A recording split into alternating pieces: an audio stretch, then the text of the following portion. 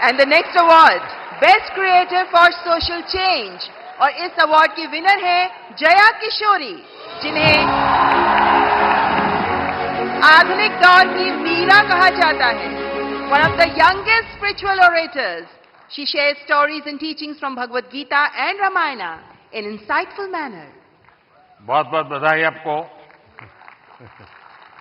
चलिए, आपने लोगों को आध्यात्मिक दुनिया की तरफ बड़ी आधुनिक तरीके से रुचि फैलाई है. बहुत बहुत धन्यवाद. बताइए कुछ.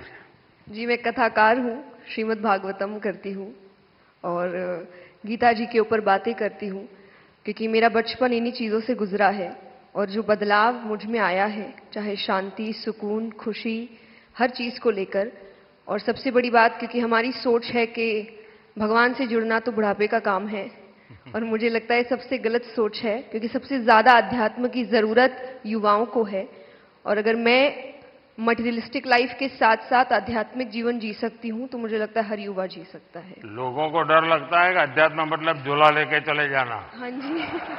तो आप उसको रास्ता बताइए. पर ऐसा बिल्कुल नहीं है, क्योंकि सबसे बड़ा आध्यात्मिक ज्ञान है श्रीमद् भगवद गीता, और वो एक ऐसे व्यक्ति को सुनाई जा रही है, अर्जुन, जो आगे जाके राजा बनने वाले हैं, और राजा से ज्यादा ऐश्वर्य किसी के पास नहीं होता. और गीता में भगवान ने एक बार भी, श्री कृष्ण ने नहीं कहा कि राज्य छोड़ दो, बस कहा अपना धर्म पूरा करो जहां भी हो. बहुत बहुत धन्यवाद.